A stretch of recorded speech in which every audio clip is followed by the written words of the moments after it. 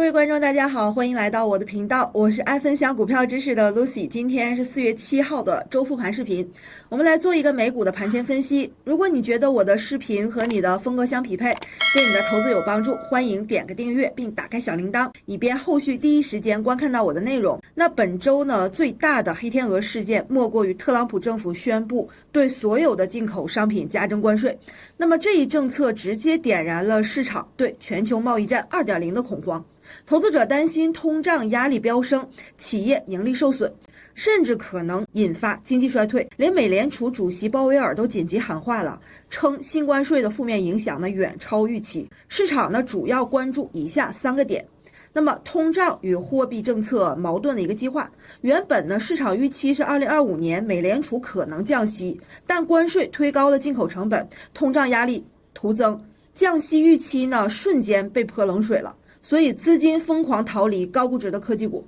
那么第二个方面呢，就是科技股成了重灾区，依赖全球供应链的半导体呢，消费电子板块首当其冲。比如苹果股价单日暴跌了 7.3%， 那因供应链成本上升啊，可能挤压利润率。第三个方面呢，就是中概股连带的一个崩盘了。那纳斯达克中国金融指数呢，连续6天的一个下跌，阿里巴巴、京东等电商股跌幅超过 7%， 市场担忧关税叠加地缘风险。那我们还是一起来看看股票的走势图吧。我们今天依然从4个方面来去分析一下纳指的成分股的一个走势的情况。那么首先呢，还是关注一下特斯拉它的一个近期的表现。那三角形整理过后呢，要去看一下前低的一个支撑。那么第二个方面呢，就是去看一下英伟达空头趋势仍在。那么第三个方面呢，是苹果公司超跌后究竟有没有能力呢去反弹。那么第4个方面呢，就是我们要去静静的等待纳指的一个反弹的良机。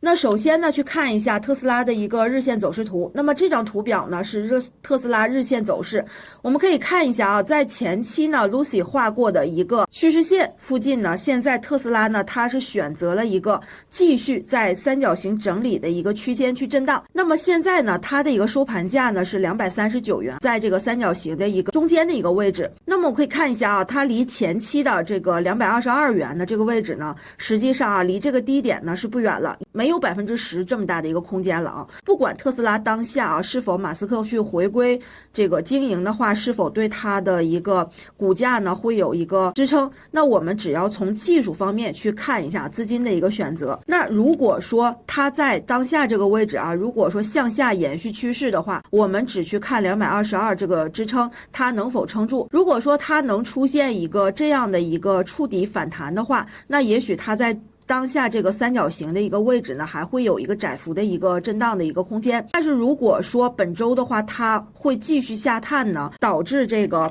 MACD 啊，目前 MACD 呢是仅有一步之遥就会出现这种死叉的一个走势。如果说它会继续下探的话，出现死叉，那么特斯拉的股价呢有可能会进一步跌破222这个位置。所以当下呢，我们去看特斯拉呢，我们先去以这个222为一个参考去做这个防守。那如果说跌破的话，我们还是要按照执行来去先做一个止损。这个是对特斯拉公司的一个分析。所以当下呢，整体的一个纳指还有科技股的一个趋势呢，目前还是在一个空头趋势，哪怕是顽强如特斯拉的话，目前为止它也不可能在整体大盘环境恶劣的情况下出现一个独立的一个走势。那么如果在资金选择出逃的一个过程中的话，其实特斯拉它有可能会在这里呢出现一个这个死叉，并继续向下。那么这个就是对特斯拉目前的一个情况的一个分析。当然不排除如果说关税条件的这个出现一个变化，或者说利好的话，它有可能会在222这个位置出现一个反弹。所以这个就是要去看市场的一个这个反馈，才能做出最后的一个判断。当然现在特斯拉呢，相比较英伟达还有苹果公司的话，还算是一个相对顽强的一个走势。这是对特斯拉的一个分析。那接下来呢，我们再来去看一下英伟达。英伟达目前的一个走势呢，它出现了这样的一个下跌反弹、下跌反弹的一个宽幅震荡。到目前为止呢，它现在出现的一个下跌，目前还是在这一个空头的一个下降的一个趋势当中。那么到目前为止的话，我们可以看到，其实呢，英伟达它现在在一个这个支撑位置，也就是24年8月5号的一个前低的位置呢，出现了一个这个下影线。那下影线呢，代表目前现在是出现了一个这个小小的一个反弹的一个走势。当然我们从这个指标目前来看，我们不能确定它是否会在这个位置出现反弹，但它现在能看到的是，它在一个下降趋势中呢，触及了一个下降的一个低点的一个位置。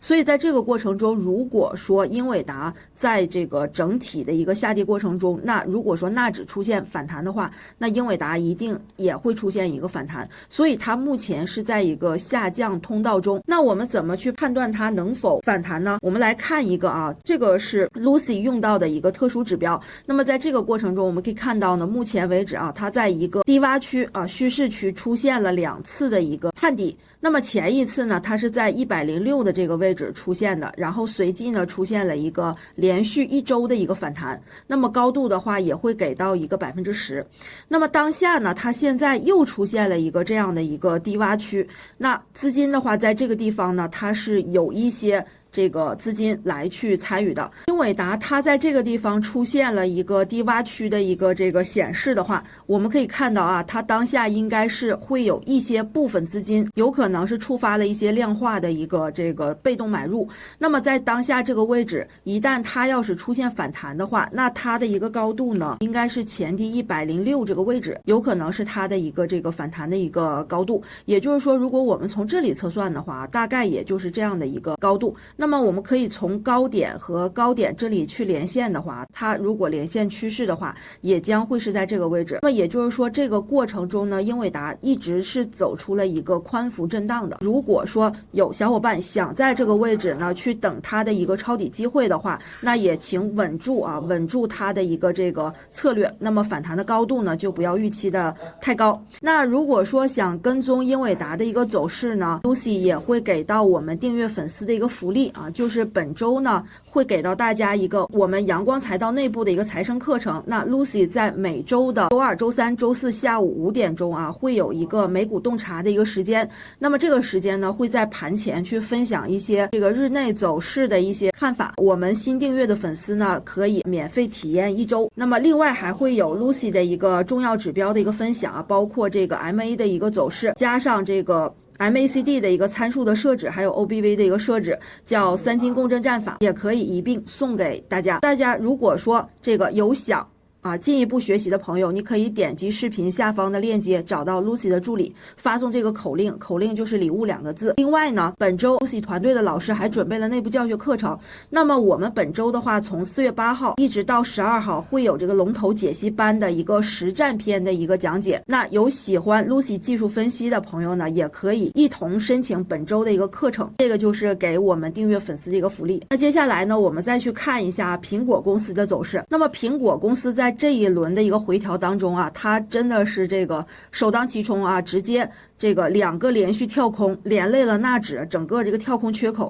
一直是向下的，那么16000点都没有止住。那么目前苹果公司呢，它现在已经跌穿了Lucy 之前画过的一个横线的一个前方的一个支撑。所以在这个过程中 Lucy 其实有一个小小的疑问，就是苹果公司真的是有这么大的一个落差吗？所以在这个过程中Lucy 不免会想，苹果公司如果说它的一个情绪释放已经超跌了的话，那么在这个地方有可能会出现一个技术性反弹。那么我们可以看到，从日线上来看的话，这里呢是一个这个短期的一个均线，它现在呢股价在这个位置，所以说有可能出现一个这个乖离修复。那么如果说乖离修复的话呢，那有可能在这个地方187这个位置呢出现反弹。那如果说出现反弹的话呢，那第一目标位应该是这条白线的一个位置。那无论怎样苹果公司呢，它在上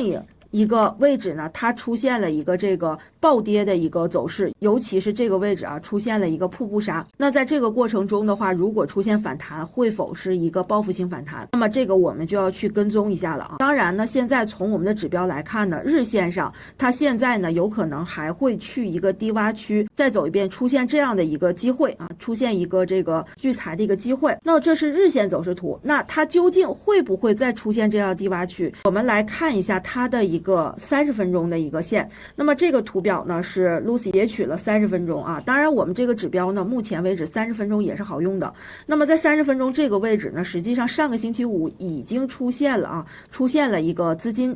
抄底的一个走势。当然这个是一股小资金还是这个整体出现了一个反弹的走势的话，我们呢可以在这个本周一去看一下它的一个这个走势情况。当然这个只是我们的一个预判，还不是作为抄底的一个标准。如果说出现了日线的一个这个反包上行的一个走势的话，短期的一个苹果公司的一个这个技术性反弹的话，应该还是有机会的。这个是苹果公司的一个分析。那如果说苹果公司它是要反弹的话，那我想纳指应该也会出现一个反弹的一个走势。那接下来我们就去看一下纳指的一个日线走势图。那么这张图表呢，就是纳指的走势。我们可以看到上周五的一个收盘的一个位置呢，在15500点，其实它已经跌穿了此前我们说的16000点的一个支撑。当下呢，它 MACD 也是出现了一个这个倍量的一个 MACD 的柱体，前一个柱体在这儿它有一个大概有3倍的一个速度，所以这个加速目前来看的话，其实就是苹果公司贡献的。所以说在这个位置呢，也会出现一个技术性的一个这个均线的一个偏离。